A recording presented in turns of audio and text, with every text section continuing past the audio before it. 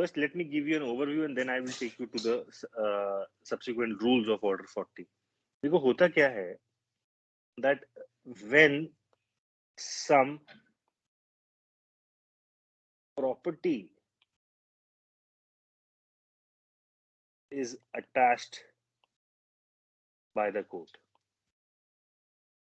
Court की proceeding के दौरान when the court is proceeding with the hearing of the suit, there might be an instance where the court will attach a property. Now this property can be a movable property, or this property can be an immovable property. There can be an instance during the pendency of the suit that the court might attach a property. Now that property can be either a movable property or an immovable property. When I say court property, तो ये दो किस्म की properties attached, दो तरीके से attachment हो सकता है. Attachment again can be of two types. Attachment, court can attach a property either during the pendency of the suit.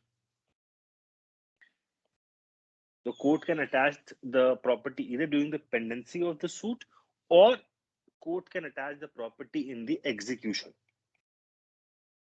Court can attach the property in the execution. अब execution is Order 21. अब usually execution क्या होती है? Suppose there is a suit between me and you, and I have won. So suppose I have won that won a suit, and the value for suit was about 5 crore rupees. Now you don't have 5 crore rupees with you. तुम्हारे पास 5 crore रुपए नहीं है.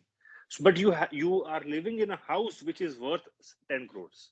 So court क्या करेगा? Court उस घर को attach कर लेगा, और वो घर को attach करने के बाद the court will sell off the house. Now court will sell off the house. Suppose the house was sold for 7 crore rupees. So court will give me 5 crores, and rest 2 crores court will hand over the leftover amount to you. So either during the execution or during the pendency of the suit, the court attaches a movable or an immovable property. अब मान लो कोर्ट ने during the pendency of the suit, court ने property attach कर दी. अब वो property attach तो हो गई, मतलब अब आपके एरिया से वो प्रॉपर्टी बाहर निकल चुकी है. Now you don't have any control over that property. Now the property is out of your control, and court has attached it because it's a judicial proceeding. So the court has attached the property to the suit. Now, once the property is attached to the suit, there has to be a person, there has to be somebody who will take care of the property. So who will that person be? The court will appoint a person to look after the property. So the court उस property की देखभाल करना, उस property में कुछ काम करवाना हो तो वो करवाना, etc. तो उसके लिए उस property की देखभाल करने के लिए, so that the property does not get property demolished तो नहीं, that property does not the value is not diminished. The value is not diminished. So उसके लिए the court appoints somebody. So the person whom the court appoints to take care of the property, that person is called receiver. Court जिसको appoint करता है to take care of the property, that person is called receiver. मान लो ये घर है. So suppose, let's take an example that there is a suit between me and, let's suppose, कौन है? Sejal. There's a suit between me and Sejal with regard to this house. Now this house is, let's suppose, worth 10 crore rupees. This house is worth 10 crore rupees. Now court, during the pendency of the suit, court has attached this house, or Sejal was in the possession of the house. So Sejal is in the possession of the house. तो मैंने suit file किया सेजल पे because I am claiming that this house belongs to me. because this house is in dispute, तो court ने बोला once and for उसको attach कर दो ताकि सेजल कल को ये घर बेच ना सके, तो प्रॉपर्टी अटैच हो गई। तो जैसी प्रॉपर्टी अटैच हो गई तो ये सेजल की पोजीशन से बाहर निकल गई। अब Sejal will no longer take care of the property, so who will take care of the property? The court will appoint a person who will be called a receiver. Court will appoint a person who will be called a receiver, and this receiver will take care of the property. मान लो this property was on rent. This property was on rent, and the property is generating some income. The property was on rent and generating some income. या मान लो there the property requires some work to be done. तो whatever expenses whatever expenses जो property में लगेंगे उसको ठीक ठाक करने के लिए, मान लो सीपेज जा रही है या property requires some work to be done, so whatever expenses will be incurred that receiver will take care of. तो basically property को preserve करना, प्रॉपर्टी को प्रिजर्व करना या प्रॉपर्टी को मैनेज करने का काम रिसीवर करता है। So you need somebody who will preserve the property, or you need somebody who will manage the property because the property is attached to the suit which is pending. So you need somebody. So who will that person be? That person will be receiver. That person will be receiver, and the court will appoint that person. Court will appoint that person. यहां तक समझ में आया सबको? Any problem, please ask. Sir, understood. ठीक है, देखो मैं क्या टर्मिनोलॉजी यूज कर रहा था उस पर थोड़ा गौर फरमाना प्लीज। मैंने बोला that there was a suit with regard to this house which was pending, so court has attached this house and court has appointed the receiver. So receiver is taking care of the house. In short, the receiver is preserving the property, the receiver is managing all the expenses. मान लो अगर वो पैसे कुछ income rent पे है, कुछ rent आ रहा है उस प्रॉपर्टी का, तो वो रिसीवर इकट्ठा करेगा। मान लो उस प्रॉपर्टी में कोई बारिश की वजह से कोई सीपेज आ गई है, या मान लो उस प्रॉपर्टी में कोई दीमक लग गई है, व्हाटएवर इट इज, तो whatever expenses that which will be incurred to correct the property, वो सब खर्चे भी रिसीवर करेगा। तो ये सारे काम तो घर का मालिक करता था। अगर सेजल के पास ये प्रॉपर्टी होती तो सेजल घर को ठीक करवाते, बट अब सेजल के पास प्रॉपर्टी नहीं है, the property is in the hands of the receiver. That is why, और ये इंपॉर्टेंट पॉइंट है, that is why it is said that receiver is almost the owner. Receiver is almost the owner of the property, and this receiver is almost the owner of the property, and he will manage the entire property. He will manage the entire property. अब मैं बार बार दो शब्द का इस्तेमाल कर रहा हूं, एक शब्द का इस्तेमाल कर रहा हूं, manage. What do you mean by the term manage? You see, when I am using the term or terminology manage, I mean that whatever income the property is generating, whatever income the property is generating, receiver will keep that income. Whatever expenses is incurred, whatever expenses are incurred for the repair work, जो मैं तुम्हें बताया, seepage आ गई है, दीमक लगी है, whatever it is, तो whatever expenses are incurred for the repair work of the house, that the receiver will take care of. और receiver ये जो भी खर्चे कर रहा है ना, receiver whatever expenses the receiver is incurring, receiver will maintain an account. Receiver will maintain an account of all these expenses. And why? Why? Because whenever the court will ask for the account, the receiver has to provide the expense account.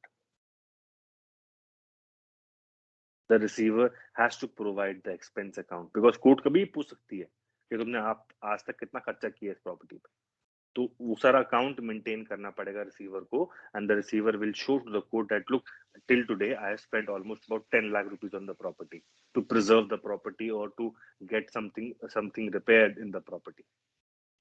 So either the expenses made or the income received,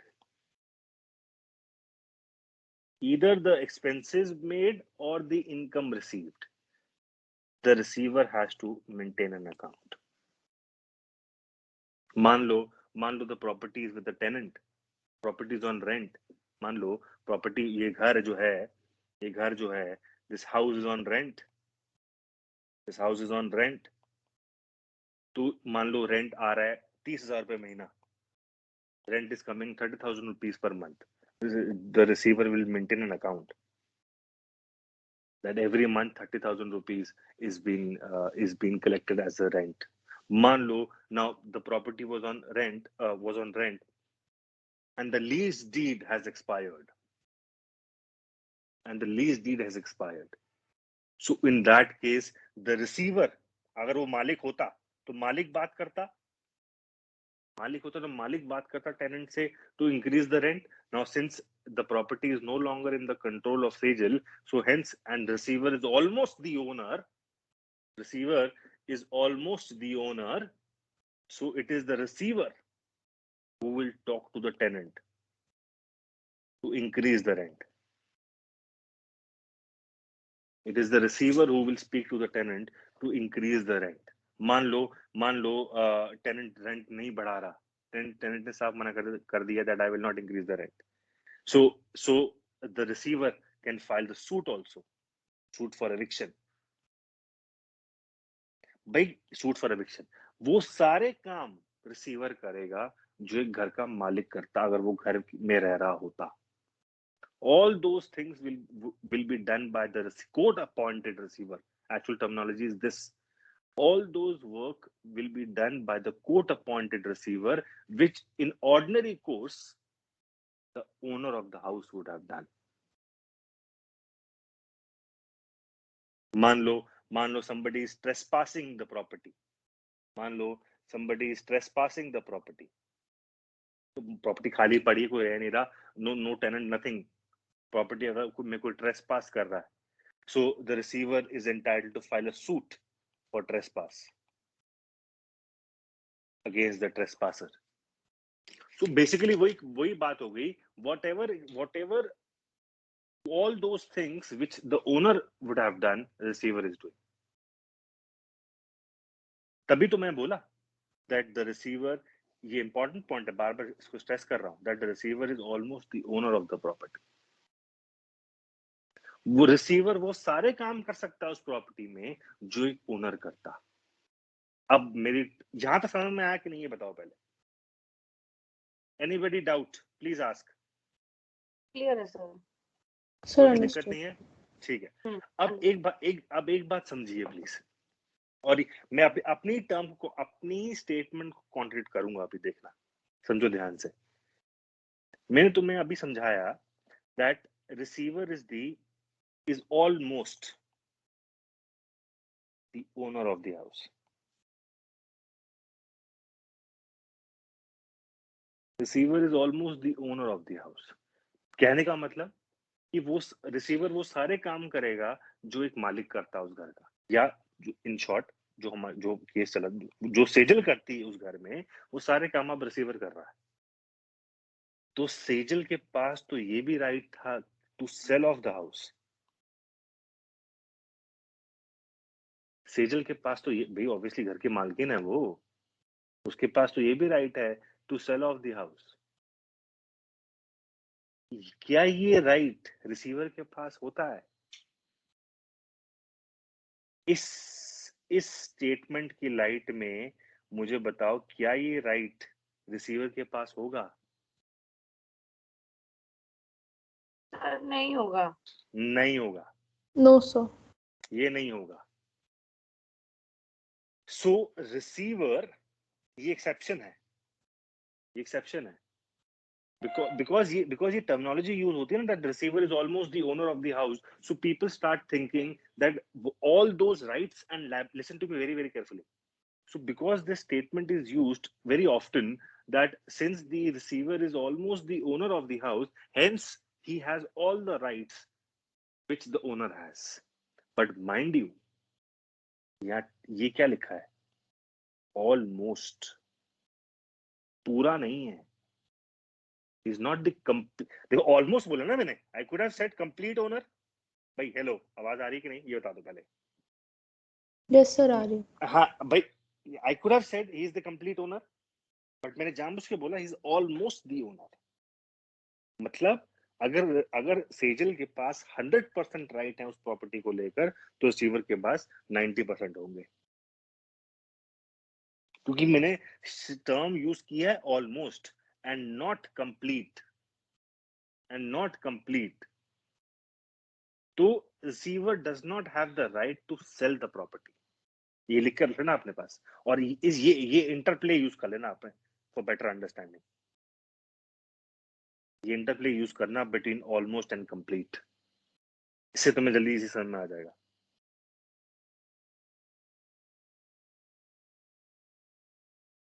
point sir clear? ये सारी चीजें commercial property के लिए भी होती हैं? नहीं भाई, व्हाट कमर्शियल, सब प्रॉपर्टी है. मैं जब तुम्हें बताया ऊपर कि प्रॉपर्टी और वहां पर बाइफरकेशन किया इमूवेबल और मूवेबल, क्या फर्दर बाइफरकेशन किया था बिटवीन कमर्शियल एंड रेजिडेंशियल? नहीं. तो फिर दोनों पे लागू होगा. ओके भाई डिस्प्यूट सेजल, पॉइंट ये है जो भी प्रॉपर्टी डिस्प्यूट में है, चाहे वो कमर्शियल टैक्सी हो, चाहे वो प्राइवेट व्हीकल हो, चाहे वो रेजिडेंशियल हाउस हो, चाहे वो कमर्शियल प्रॉपर्टी हो, शॉप हो, अगर वो डिस्प्यूट में है और कोर्ट ने उसको अटैच कर दिया है और रिसीवर अपॉइंट कर दिया है, तो यही फॉर्मूला अप्लाई होगा जो मैं पढ़ा रहा हूँ.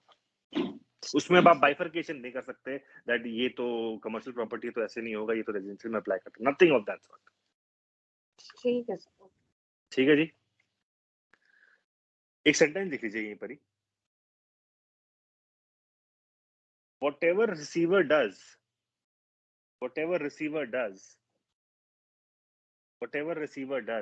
sentence लिखिए please. whatever receiver does, he has to do it. Whatever receiver does, qua is QUA. तो आप बोलो या with respect to एक ही बात होती है. Whatever receiver does qua the property of which, whatever receiver does qua the property of which he has been appointed as a receiver,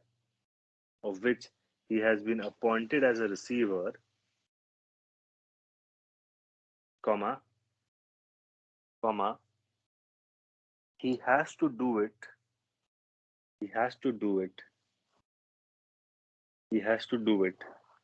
with the permission of the court. He has to do it with the permission of the court.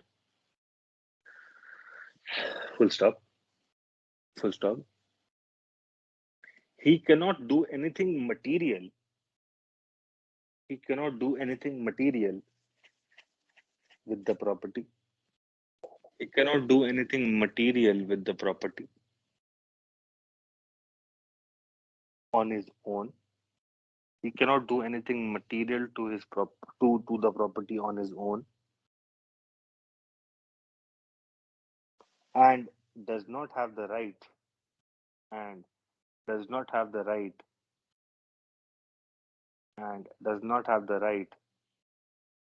to sell the property,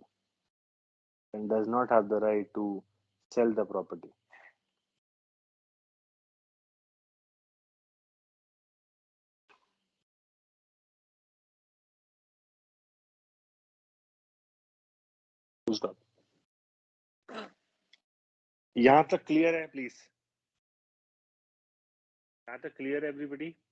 Yes. Sir. ठीक है जी. Sir एक question और strike. हाँ पूछो. जैसे मैंने आपसे commercial property का पूछा था, मान लो उसमें एक बिजनेस भी इन्वॉल्व है, जैसे एक शॉप है वो डिवाइड हो रही है दो ब्रदर्स के बीच में, दैट तो इज अब दैट अगर you talking about is partition suit.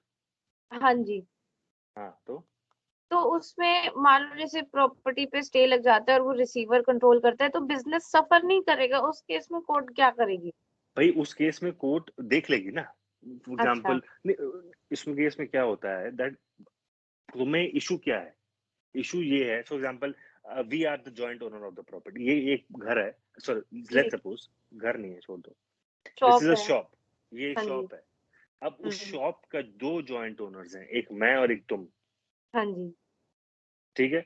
मान लो जी। हम भाई बहन है, मान लो हम भाई बहन है, ओके। ठीक ओके। है। अब हम भाई बहन है, अब मान लो हमारे फादर की डेथ हो गई, hmm. After the demise of our father hmm. We are the joint owner of the property.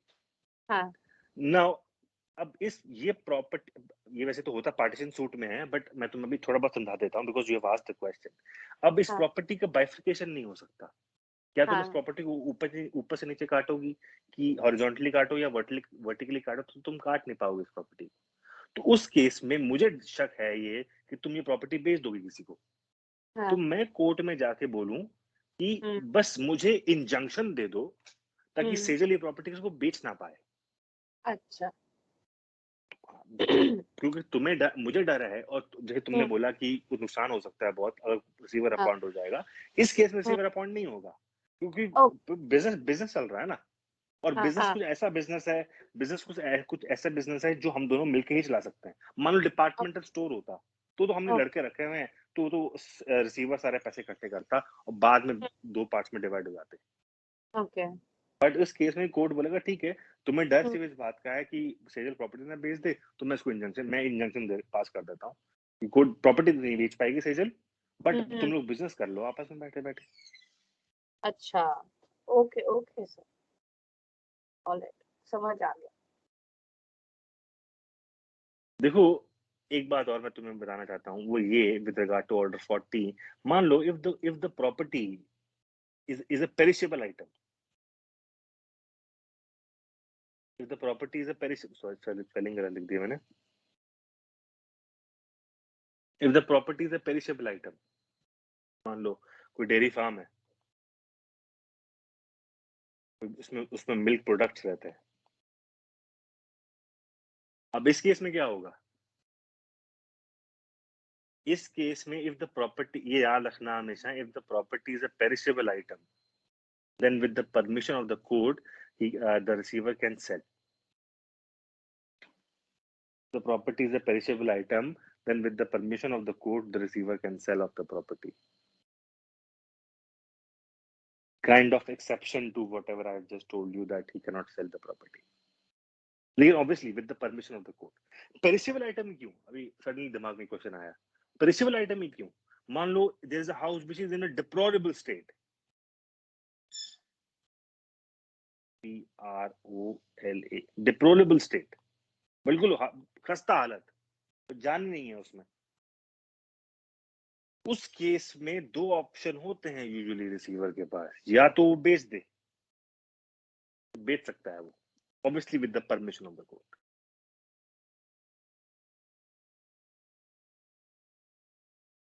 Either he can sell off the entire house or he can do repair work.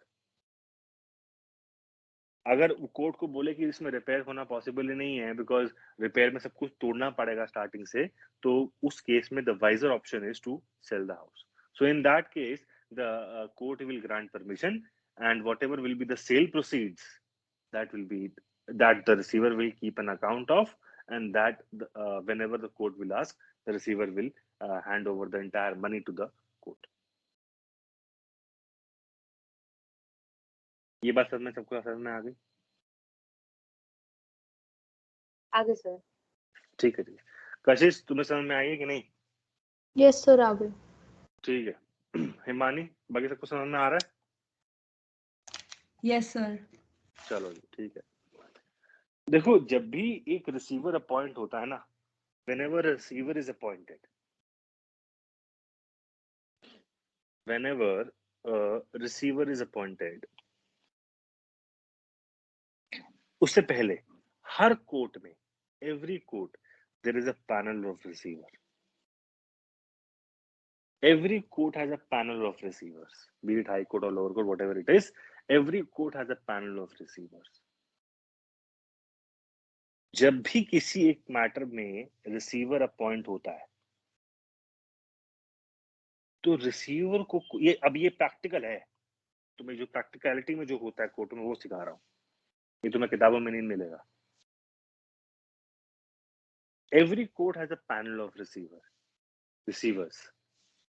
5 से 10 होते हैं, शायद ज्यादा भी हो सकते हैं, whatever. जब भी किसी मैटर में कोई एक रिसीवर अपॉइंट होता है ना, तो उसको कुछ सिक्योरिटी डिपॉजिट देना होता है कोर्ट में. अब ये जो प्रैक्टिस है to deposit some security, that depends. मतलब कुछ मैटर में कोर्ट बोलती नहीं तुम डिपॉजिट मत करो, या कभी कभी बोलती तुम डिपॉजिट करो, व्हाटएवर इट इज. तो जब भी किसी मैटर में रिसीवर अपॉइंट होता है, then the practice is that the receiver has to deposit some security in the court. Why? अब तुम पूछो क्यों. मान लो if I have just told you that the receiver will give account, will maintain account of whatever expenses he is doing, or whatever income that is being generated of the property, the receiver will maintain an account. मान लो ये account क्यों रखना पड़ता है? इसलिए रखना पड़ता है that whenever the court will ask, the receiver has to produce the entire account. मान लो if the receiver court asks for the account, or receiver is not able to, and the receiver is not able to give proper account to the court. Yeah, receiver is deliberately misappropriating. Receiver is deliberately misappropriating the account. Yeah, account, yeah, funds, whatever you want to call it. So in that case, receiver will be made held liable to pay the deficit from the security deposit. In that case, the receiver is personally held liable to pay the deficit amount from the security deposit. And if he does not pay the deficit amount, then what जो भी इसने deposit किया हुआ, मान लो उसने घर अपना deposit किया हुआ है, यहाँ पर घर के कागजात डिपॉजिट किए हुए हैं, then the court will sell off the house, will recover the money, and whatever amount remains will hand over the leftover amount to the receiver. इसलिए ये सिक्योरिटी डिपॉजिट होता है. यूजुअली अब कोर्ट क्या करती है कि कोर्ट को मालूम होता है कि यार ये तो एडवोकेट, अच्छा पैनल ऑफ रिसीवर होते हैं, वो एडवोकेट्स ही होते हैं यूजुअली. हालांकि ऐसे कोई रूल नहीं है, court can appoint a third person also, but usually the practice is that the receiver is an advocate. तो उस केस में यूजुअली क्या करती है कोर्ट की, उसका ना जो बार काउंसिल का जो लाइसेंस होता है वो अपने पास रख लेती है.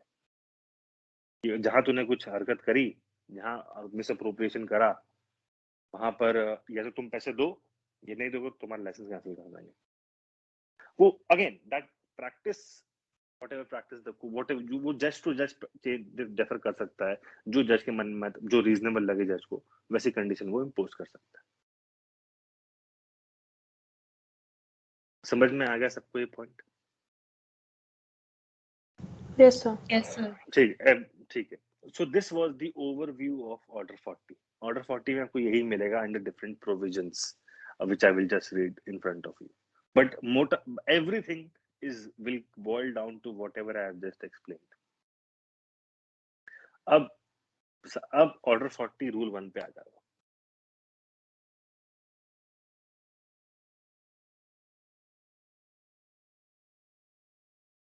Order 40 Rule 1, please. Appointment of receivers. Where it appears to the court to be just and convenient, the court may, by order, appoint a receiver of any property, whether before or after the decree. वही before the decree मतलब pending of the suit, after decree मतलब execution. तो मैं तुम्हें पहले बता चुका हूँ. ये देखो क्या लिखा, any property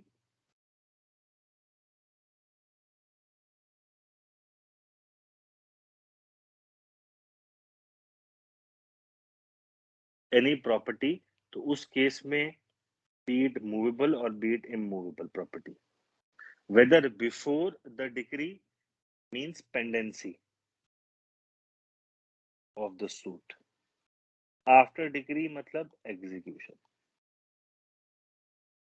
ऐसे अपने बैरक्स में लिख लो, ऐसे अपने बैरक्स में लिख लो, तो कि तुम जब बैरक्स रिवाइज करो तो तुम्हारे लिए इजी हो जाए समझना. Remove any person from the possession or custody of the property. Sejal वाला एग्जांपल, सेजल को हटा दिया और रिसीवर अपॉइंट कर दिया. Commit the same to the possession, custody or management of the receiver. Clause b में ओनर को हटाया और क्लॉज सी में पोजेशन, कस्टडी और मैनेजमेंट ऑफ द रिसीवर. वो प्रॉपर्टी रिसीवर को थमा दी हाथ में. डी बोल रहा है confer upon the receiver all such powers as to bringing and defending the suit and for the realization, management, protection, preservation and improvement of the property, comma the collection of rent or profit thereof, मतलब वो receive करेगा, the application and disposal of such rent and profit and the execution of document as the owner himself has, or such of those powers as the court think fit. Or such powers as the court think fit. ये क्या मतलब हुआ?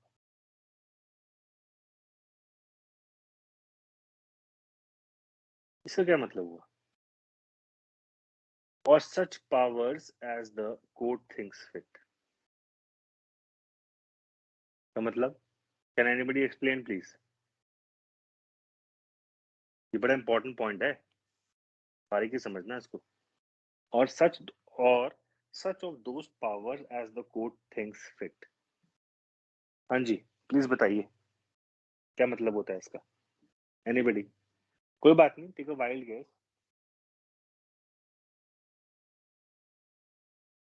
So मतलब basically of such those powers मतलब ऐसी owner जैसी powers receiver को दे देना जो उस केस में कोर्ट को लगता है ठीक है. जैसे अभी हमने कुछ एक्सेप्शंस पढ़े जहाँ पे पेरिशेबल प्रॉपर्टी के केस में हम आप उसको सेलिंग का राइट मिल सकता है, या फिर जब प्रॉपर्टी बहुत ही खस्ता हालत में है तो उसको सेलिंग का राइट मिल सकता है रिसीवर को. सो ऐसे ऐसे इसके लिए. Anybody else please? कशिश तुम तो पढ़ चुकी होगी. नहीं सर अभी नहीं कराया ये, और यही अच्छा. आंसर है सर, मतलब मेरा भी सेम ही था. देखो अच्छा तुम कंप्लीट कर लो चलो पहले. नहीं सर मेरे को यही बोलना अच्छा. Or such of those powers as the court thinks fit. जो कशिश ने और सेजल ने बोला वो 50% ठीक है, या मैं बोलूं 70% ठीक है, लेकिन 100% ठीक नहीं है. बताता हूं क्यों. Or such of those powers as the court thinks fit का मतलब जो ऊपर लिस्ट दी हुई है ना, कौन सी list? Realization, management, protection, preservation, improvement of the property, collection of rent, profit thereof. ये जो लिस्ट दी हुई है, the list is not exhaustive. The list is not exhaustive. मतलब list is not exhaustive का मतलब जो ये इतना पोर्शन है ना, सॉरी, तो देखो ध्यान से देखोगे तो ये वर्ड लिखा हुआ है और, तो मतलब इससे पहले वाला एक पार्ट था, इसके बाद वाला दूसरा पार्ट है. और such of those powers as the court thinks fit का मतलब ये है कि this is a sort of a residuary clause. This is sort of a residuary clause. मतलब जो ऊपर नहीं आया वो यहाँ आ सकता है. अब जो सेजल और कशिश ने बोला अब यहाँ ऐड कर दो. ऊपर कहीं नहीं लिखा था सेल, ऊपर कहीं नहीं लिखा था मॉर्टगेज, आ सकता है. और सेल कब होगा वो तो तुम बता ही चुके हो मुझे. पेरिशेबल आइटम में या बिल्कुल डिप्लोरेबल स्टेट है उस केस में, क्योंकि सेल तो ऊपर कहीं नहीं लिखा ना, they have nowhere mentioned sale, realization, management, protection, preservation, improvement of the property, the collection of the rent, profit thereof, application and disposal, so and so. Nowhere they have written sale or mortgage. So where will you imply sale or mortgage? You will imply it here in this point.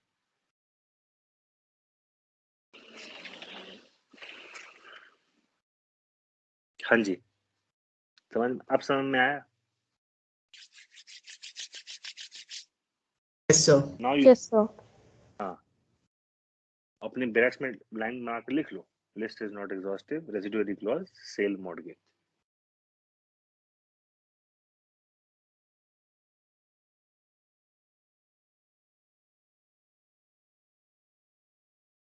आगे चलो।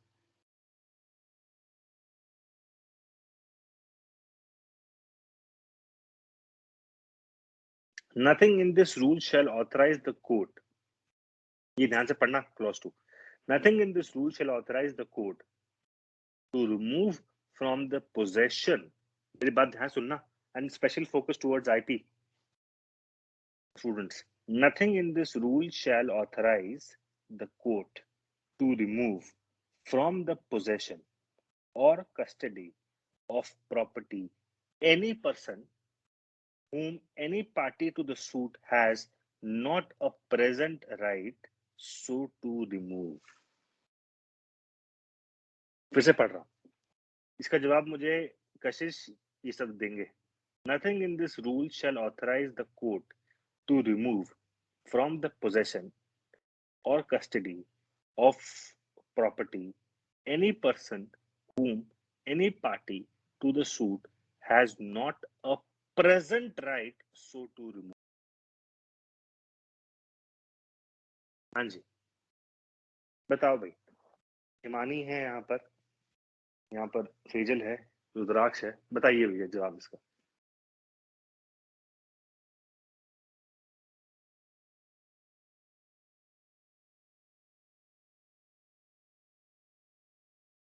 बता दो भाई, कहाँ बच गए?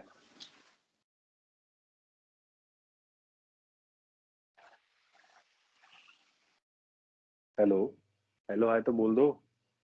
Sir मैं try करूं? हाँ बिल्कुल करो ना, कोई बात नहीं, गलत हो तो कोई बात नहीं, तुम ट्राई तो करो, ठीक करने हाँ के जी। लिए बैठा हूँ। सर बेसिकली इससे जो समझ में आ रहा है, इसका ये मतलब है कि अगर किसी हम्म। पार्टी का प्रेजेंट हम्म। इंटरेस्ट नहीं है सूट में, तो कोर्ट उससे उस प्रॉपर्टी की पोजेशन या कस्टडी नहीं ले सकती है। हैं? तो मेरे को जितना लगा। कोई बात, रुक जाओ। Nothing in this rule shall authorize the court to remove from the possession or custody of property any person whom any party to the suit has not present right so to remove. वही sir कि जैसे suppose मैं एक party हूँ, मैंने अगर case जी। File किया, but मेरा प्रेजेंट मतलब मेरा जो इंटरेस्ट है वो अभी प्रेजेंटली नहीं मैटर करता, तो कोर्ट किसी भी पर्सन को जो उस प्रॉपर्टी पे रह रहा है, मतलब जो जिसने भी पोजेशन लिया हुआ है, उसको उससे नहीं हटा सकता। अच्छा, गलत आंसर। Anybody else? थोड़ा सा और दिमाग चलाओ इसमें। Anybody else? तो मैं ट्राई करूँ? बिल्कुल करो जी, तो बिल्कुल इसमें करो, ट्राई करने लास्ट में क्या। सेकंड लाइन जो है वो है कि any person whom any party to the suit has not a present right so to remove, मतलब जी जो डिस्प्यूटिंग पार्टीज है उन्हीं जी। का हक नहीं है उस बंदे को हटाने का। वो कौन सा बंदा है? उस बंदे को तुमने बोला, उस बंदे को हटाना, ये कौन सा जिसका उस, ये प्रेजेंट उस राइट कौन है? नहीं, जिसका प्रेजेंट राइट नहीं है। ये तो फिर कशिश का जवाब हो गया। नहीं सर, प्रेजेंट राइट। तो कशिश भी तो ये कह रही थी कि मेरा प्रेजेंटली में राइट नहीं है, बाद में अक्रू होगा। थोड़ा सा भगवान ने दिमाग दिया है, इस्तेमाल कर लो, ट्राई करो, कोई बात नहीं, गलती होगी तो कोई बात नहीं, क्या प्रॉब्लम क्या है, मैं बैठा हूँ ठीक करने के लिए।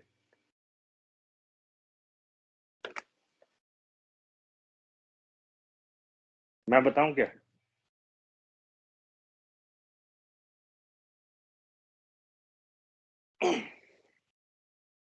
देखो, तुम लोग लैंग्वेज ठीक से नहीं पढ़ते, चक्कर ही है तुम्हारे साथ। Nothing in this rule shall authorize the court to remove from the possession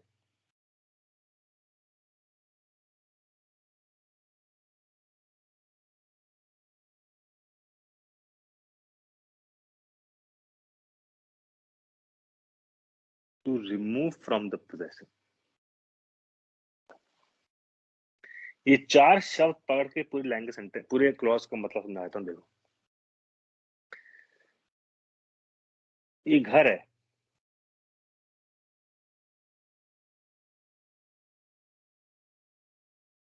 मेरी आवाज आ रही है? Yes sir. दिल्ली में Yes, तुम लोग दिल्ली में सब लोग रहते हैं क्या? दिल्ली में there is a place called as greater class, GK 2 है, जीके 1 ले लो। चलो, जीके 1 में मेरे मामा जी का घर है, जीके 1। अब ग्रेटर क्लास में देयर इज अ हाउस। अब I am the owner of the house.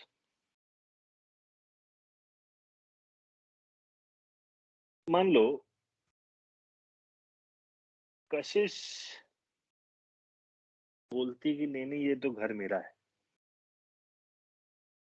So there is a dispute between जय एंड कशिश। जय ने कशिश पे सूट फाइल कर दिया है with regard to this house regarding the title of the house। ध्यान सुनना, regarding the title of the house। Right now, presently, the house is in possession of जय। ये घर इस समय मेरे पोजेशन में है। तो जब ये मेरे पास जीके 1 में भी घर है, मेरे पास जीके 2 में भी घर है, तो मैं जीके 2 वाले घर में रहता हूं और ये घर मैंने किराए पे चढ़ा रखा है। इसमें एक टेनेंट है हिमानी, इसमें एक टेनेंट है हिमानी। अब क्योंकि there is a dispute between me and Kashish with regard to this house, तो कोर्ट ने इस घर को अटैच कर लिया और एक रिसीवर अपॉइंट कर दिया in the form of Rudraksh. तो Rudraksh is the receiver of this house. यहाँ तो समझ में आया? यहाँ तक सिचुएशन समझ में आई? Yes, ठीक है। sir. Yes sir. अब मैं वापस सेंटेंस पढ़ रहा हूँ। Nothing in this rule shall authorize the court shall authorize the court, court को ऑथराइज नहीं करता, to remove from the possession or custody of the property any person, to remove from possession any person whom any party to the suit, party to the suit कौन हुआ? Who are parties to the suit? फटाफट।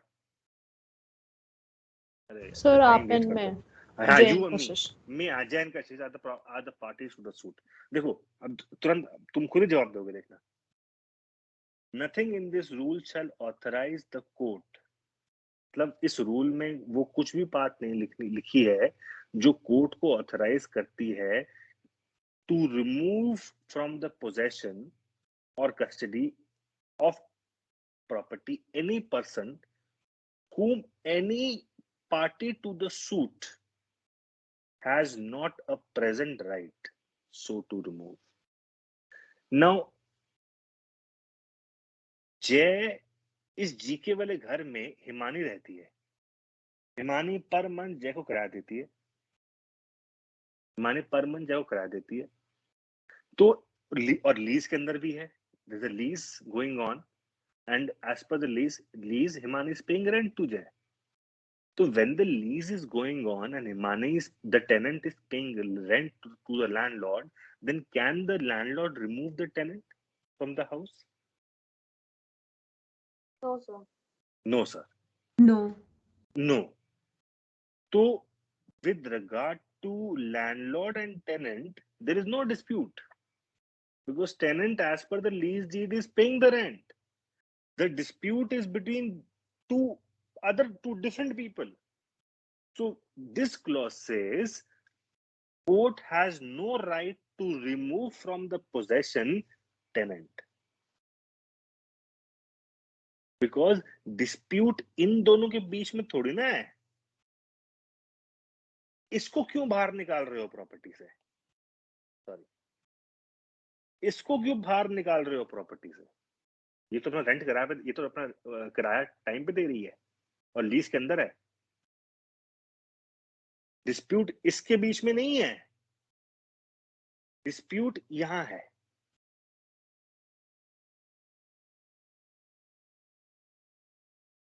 Dispute यहां है. तो court ये कह रही है कि जब ये सूट चल रहा है with regard to the title of the house, और मान लो वो घर जिसके रिगार्डिंग डिस्प्यूट चल रहा है, वो घर के मालिक ने किराएदार पे को किराए पे दे रखा है, तो कोर्ट किराएदार को प्रॉपर्टी से बाहर नहीं निकाल सकती.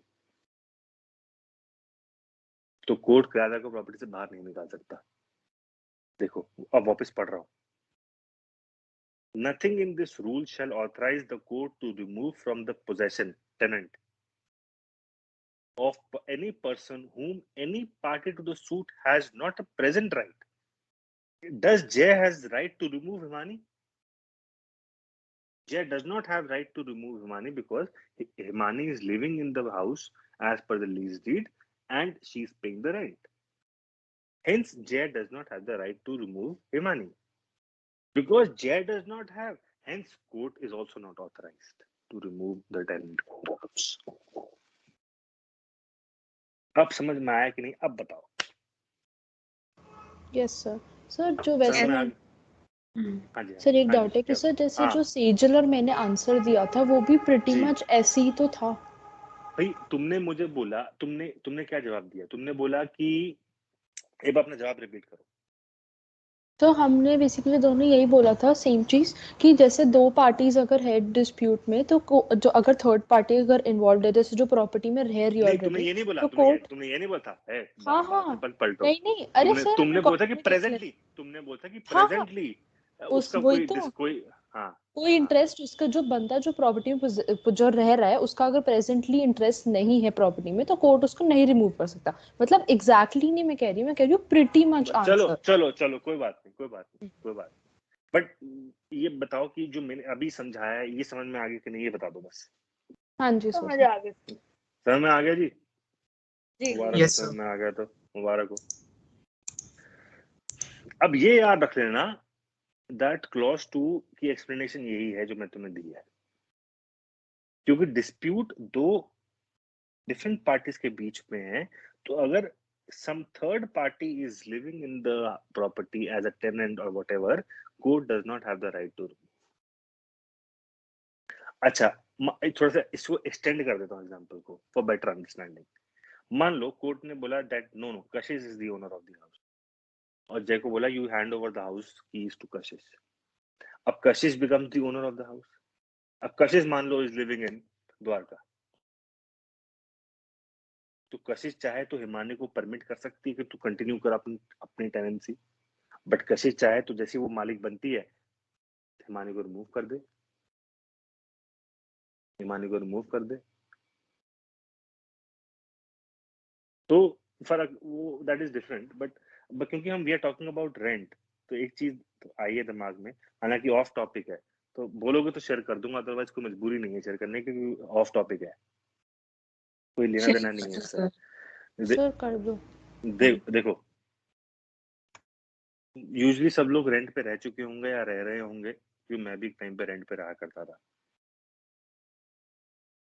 आप लोगों ने देखा होगा, या अगर आपने नहीं देखा तो आप समझ लो कि जब भी आप रेंट पे रहने जाते हो तो आप एक रेंट एग्रीमेंट बनवाते हो.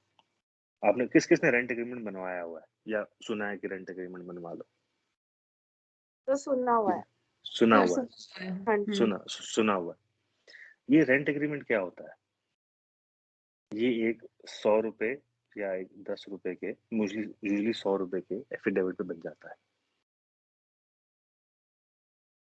बन जाता है और उसके बाद इसमें टेनेंट और लैंडलॉर्ड दोनों साइन कर देते हैं, ठगाठक हो गया। ये पॉइंट सबको समझ में आ गया? I hope there is no difference, there is no difficulty. Yes, sir. ठीक है,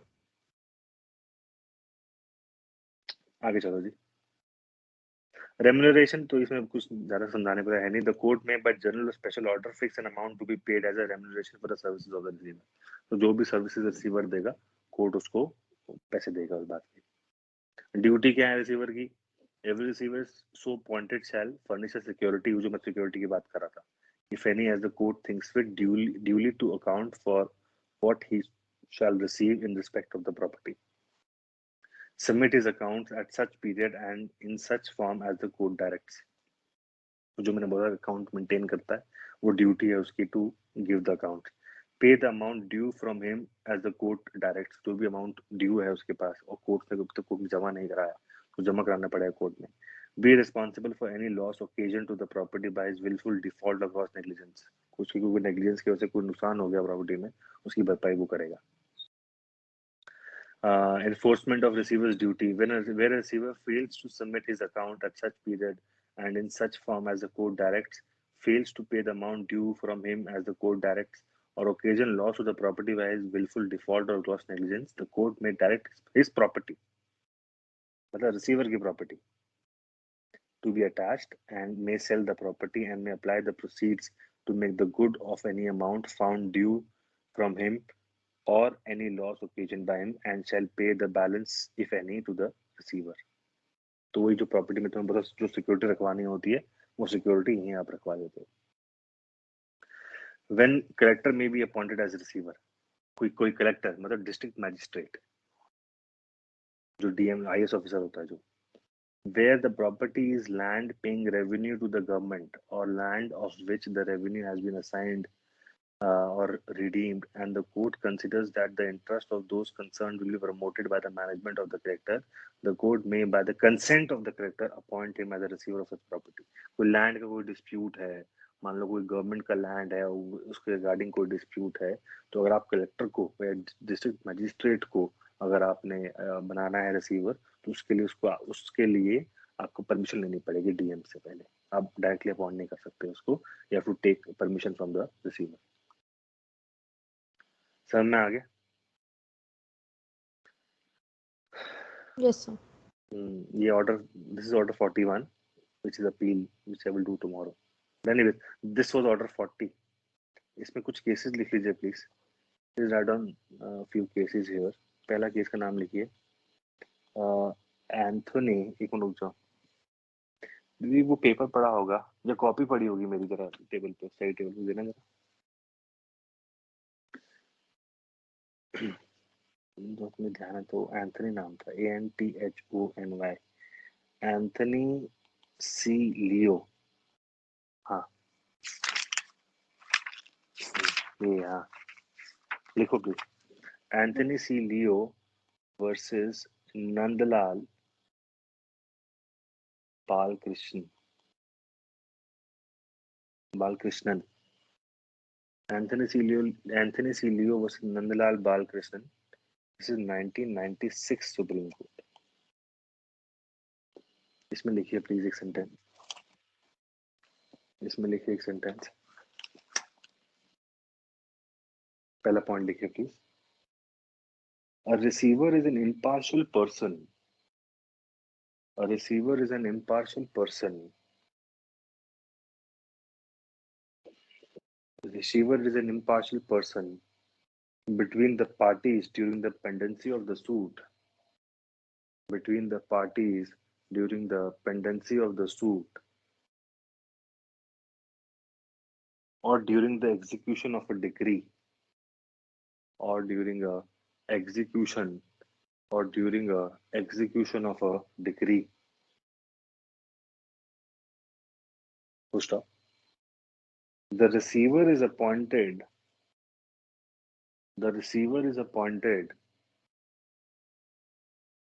for the purpose of taking care of the property. The receiver is appointed for the purpose of taking care of the property The receiver is appointed for the purpose of taking care of the property for which has been attached,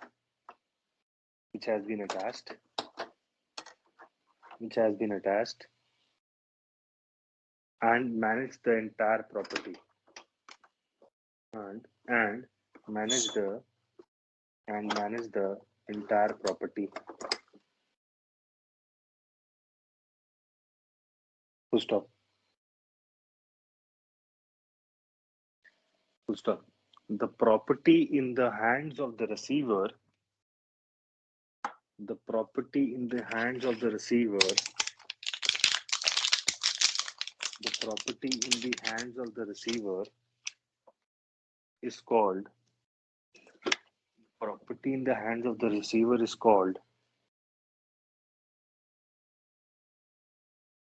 is called ये लिख लीजिए please, कस्टोडियो लेजिस.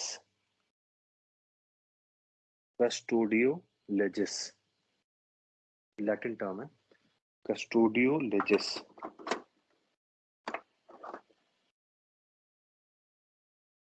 which means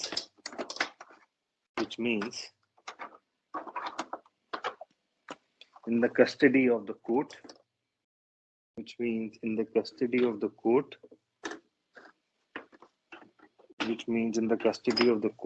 or law,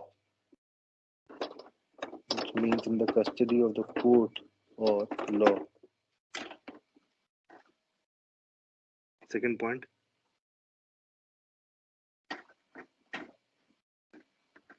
point. The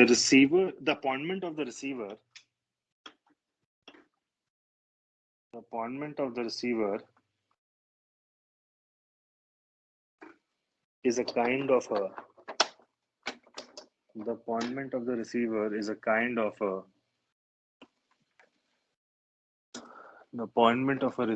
a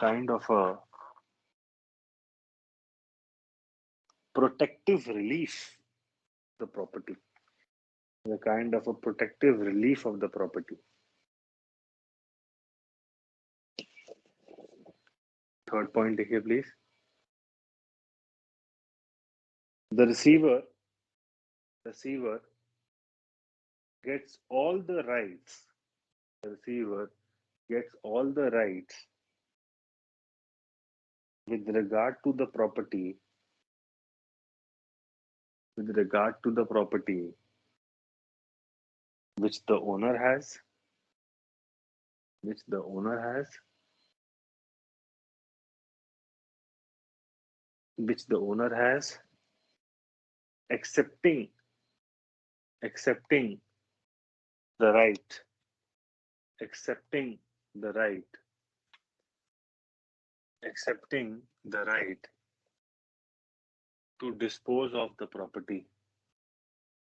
accepting the right to dispose of the property.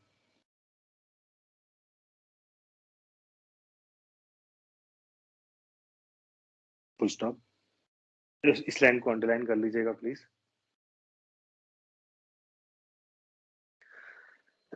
The receiver does not have any right. Which is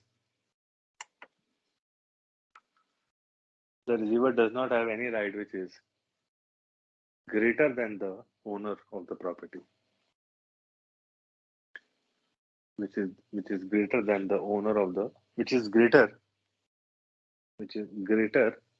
than what the, नहीं क्या लिखवा है मैंने, which is greater than the owner of the property. which is greater than the owner of the property. एक और case का नाम लिख लीजिए, प्रमोद नाथ शाह